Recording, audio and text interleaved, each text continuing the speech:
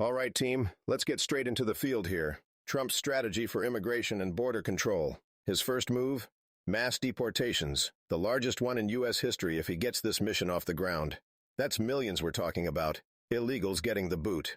He's reviving Title 42 as a tactical maneuver to speed up expulsions. Title 42, remember, lets authorities send asylum seekers back across the border, fast, cutting through the usual red tape. No waiting, no delays. It's a heavy-handed call, sure, but mission critical for Trump's plan to regain full control of our sovereign territory. Now, here's where things get into legal ambush territory. Ending birthright citizenship? Bold, but we're looking at serious constitutional headwinds here. The 14th Amendment, key piece in play. If Trump tries to cut this off through executive action, courts are going to swarm it. He's setting up not just a policy, but a battlefield. This one could drag out for months, maybe years. And let's not forget the societal flashpoints. Protests? You bet. Public pushback? That's facts on the ground, too. Then there's the drug cartels. Trump's labeling them foreign terrorist organizations.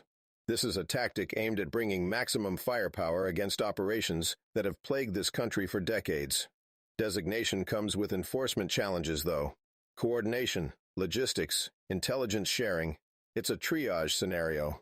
Agencies are going to need their act buttoned up tight to make this work. But there's no doubt this hits the cartels where it hurts, their supply lines and support networks. Right, so the goals are aggressive. Tough choices, big risks.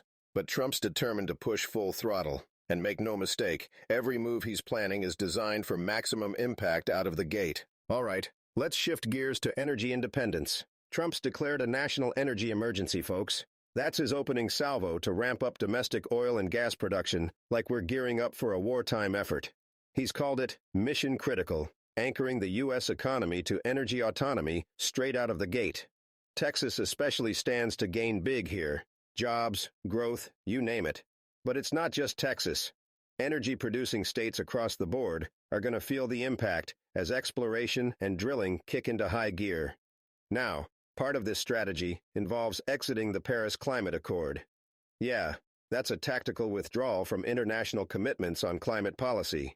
Trump's betting on prioritizing America First policies over global climate goals. But here's the trade-off. It's straining ties with our allies, no question about it.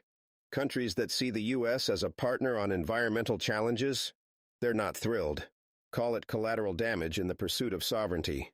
Economically, the benefits are clear. More production, more jobs. But the risks? Over-reliance on fossil fuels, environmental blowback, market volatility. We're playing a high-stakes game here, balancing immediate gains with long-term sustainability. It's like any operation. You beef up one sector, you risk weak points in another. And Trump knows this. He's calculated the odds. Let's see if it pays off. All right, buckle up, team. Let's tackle Trump's play for national security and government efficiency. First up, the Iron Dome-inspired missile defense system. This one's going to be a game-changer for America's aerial defenses. It's all U.S.-made, straight from the homeland, and it puts emphasis on using our own resources. Defense is about preparedness. Any vet'll tell you that. And Trump's move here is a clear call to make sure we never get caught flat-footed again. And let's not overlook this. We're scrapping the military's DEI, diversity, equity, inclusion, policies altogether. Trump's stripping it back to basics, focusing on operational strength, not bureaucracy. Some might call it a hard pivot, but for Trump, it's about keeping the military locked and loaded. No distractions. Now, let's talk Elon Musk.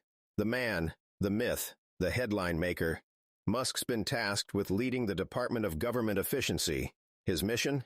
Cut the fat, streamline federal workflows, and save taxpayer dollars. Musk isn't coming in to play nice. He's in this to shake up the system, and he's already made waves.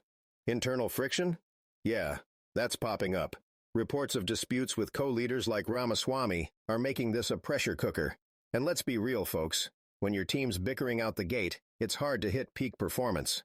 Trump's relying on Musk to deliver results, but this friction could slow down the rollout of any streamlined reforms. So, what's the bottom line here? We're looking at bold, aggressive maneuvers to overhaul defense and government spending. High ambitions, sure, but also high stakes. Success here means an ironclad military and a leaner, meaner federal machine. Failure? Well, it could weaken morale, waste resources, and chip away at Trump's credibility. And that, folks, is the tightrope the administration's walking. America's watching. On that note, folks, we'll call it. Until next time, stay sharp, stay ready. Out.